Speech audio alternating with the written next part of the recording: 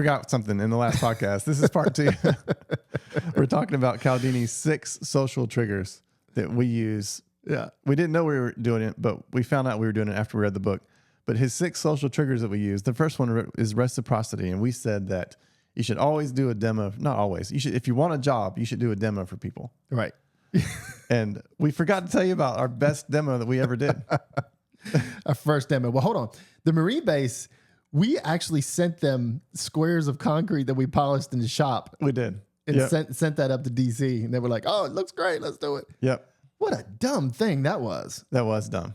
Stupid. I forgot that we did. Yeah. Unbelievable. And then we did a physical one for another big job in like a 200 square foot. Well, what was crazy is we had the Marine base sold. Yeah. And we had never polished anything before. And we're waiting to do the Marine base. Yeah. And we had this window of time. So we went and we practiced at my brother's barn in the snow. Yeah. We felt like we had it under control because we did 10 square feet. And then we got a call from this mega church, and they're like, we want to polish the whole entryway to our church. Yeah. But we were like, let's do a demo. So we did a closet about maybe the size of 2 of these tables. Yeah, that's right. 10 by 40, maybe. Yeah. 10 by 4, I mean. Yeah. It was tiny. Yeah. Probably 6 by 10. Yeah. And so it's me, your brother, and you. Yep. At this mega church in the middle of the night. And we started at about 8 o'clock. Mm-hmm. Yeah. And we struggled for 8 hours. We struggled so bad, your brother was laying on the couches in the hallway sleeping. It's true. And when we finished it, you know what you said to me first thing? We're not getting this job. You know what was funny is that we worked all night and it was like 6 a.m. and we got the floor shining and we were happy with it. We're like, yes, we're happy with it. That's right.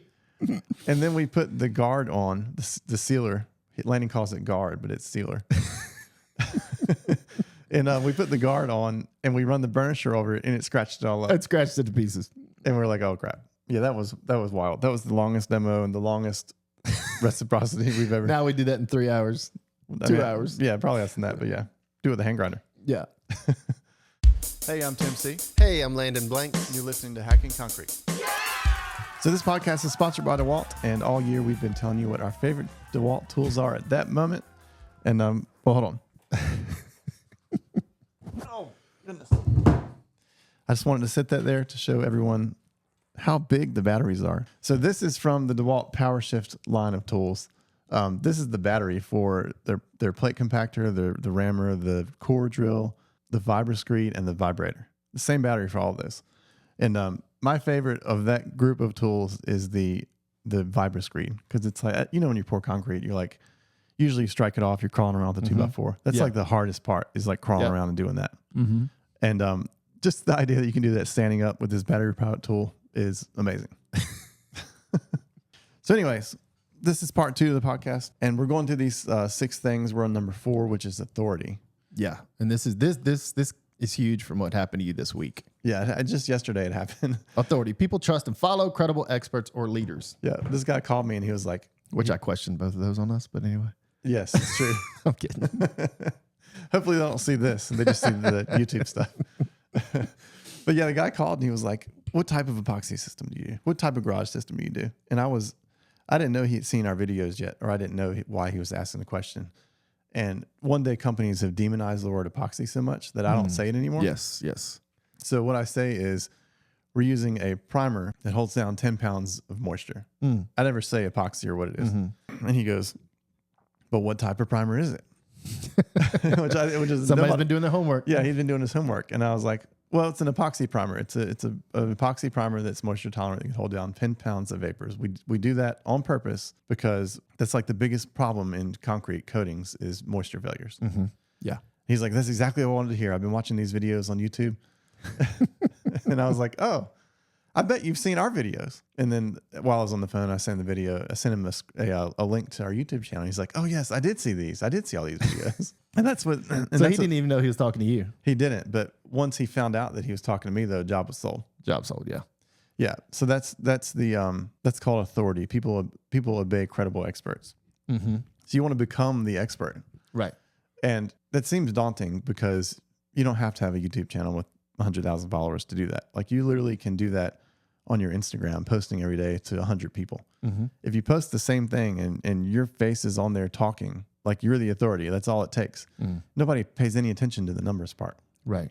The downside to that, though, is that we also, we've been talking about how things change, and a lot of people are just getting the cheapest price. Mm-hmm.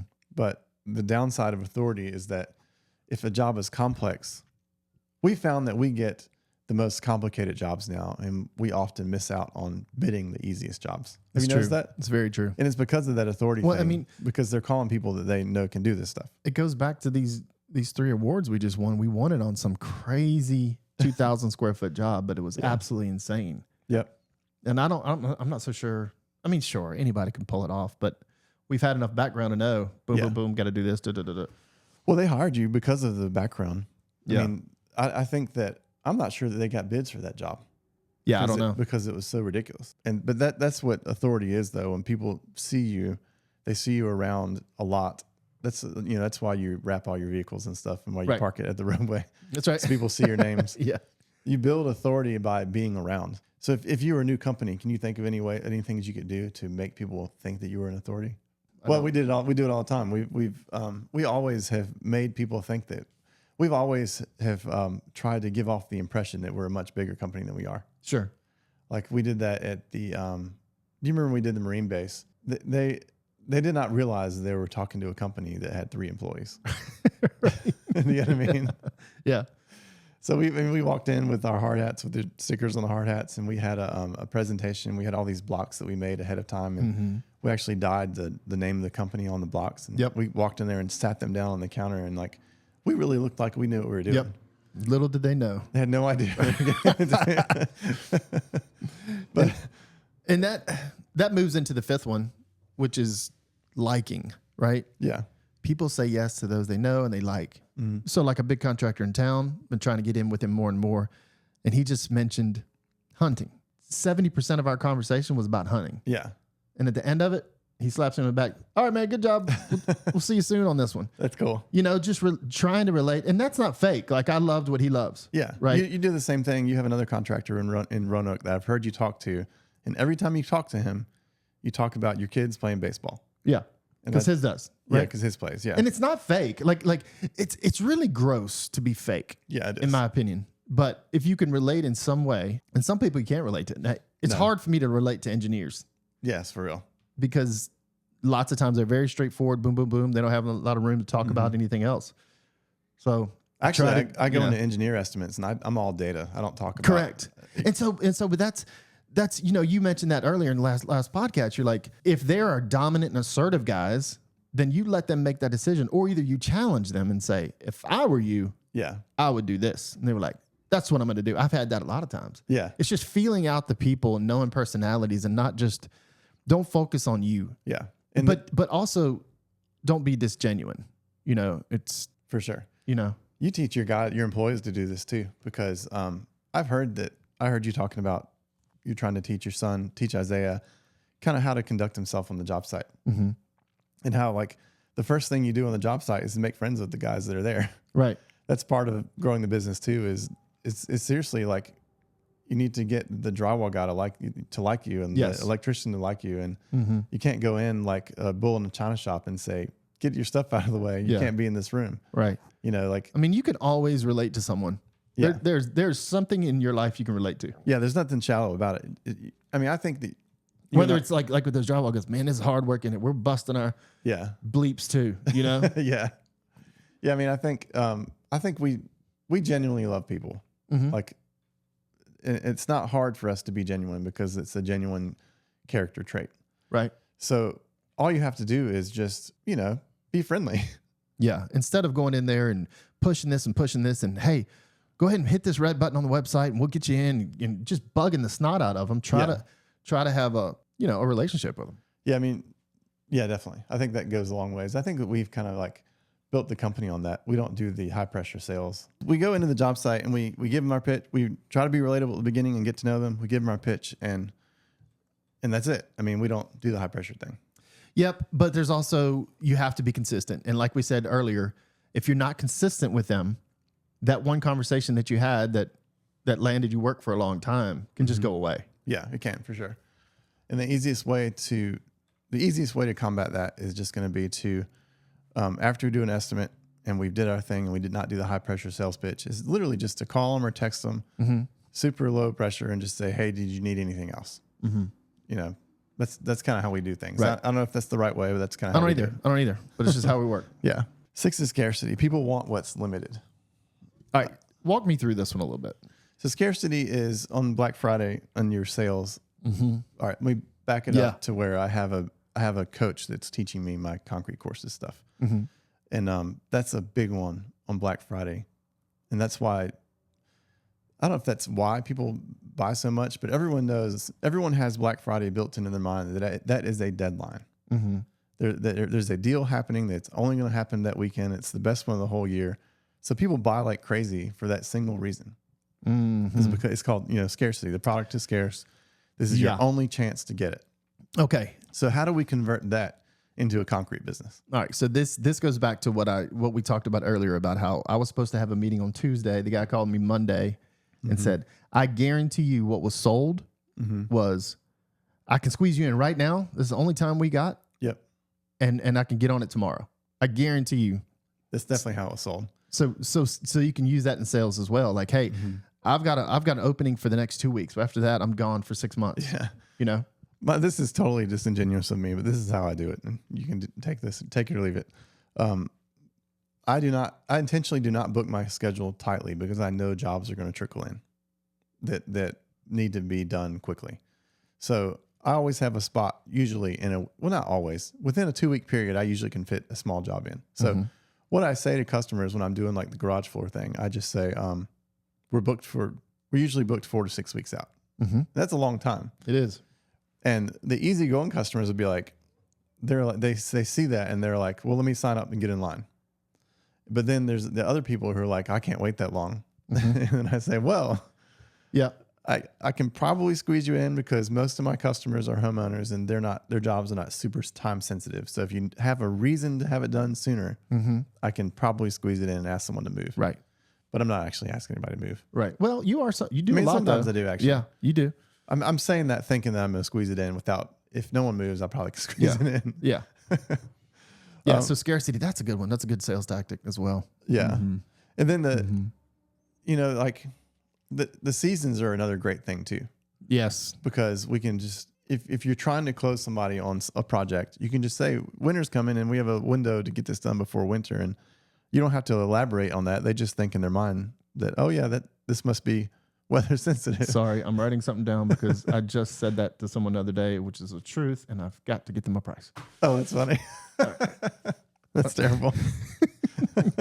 So seasons are a great way to create scarcity. I think sales are stupid. I cannot stand it when a concrete company says $400 off in their ads. $400 off of what? I agree. I can't stand that. Why I think it's so shallow. So that's the 6 main things in his book. He re-released a book in 2021 and added a 7th one, which is Unity. And that's like a really hot topic in the past 10 years in the startup world. People want to build a tribe. And if you build a tribe, the idea is that if you build a tribe of people, that your tribe of people will buy from you because they are like-minded and they are like-minded with you and they just like you. So you have unity with your customers and that's how people buy from you. I'm not sure how we can do that. No, I think that goes back to what we've hit on that throughout all these topics, really. Yeah. But I do know as far as it's different with a homeowner. You have a one-time sale. Yeah. Not the case. You can do a basement. You can do something else. But a lot of times it's one-time sale. Whereas if you have continuation of sales and boom, boom, boom. Yeah. That's where that unity, they're like us. We do this. Yeah, that's true. So I guess the thing is, what I'm learning through this is that we're still learning. I don't know why we picked this book in particular. I mean, I guess it's just like such a classic book that we may as well talk about it. But I read a lot. Do you read a lot? You still read a lot of books? Yes.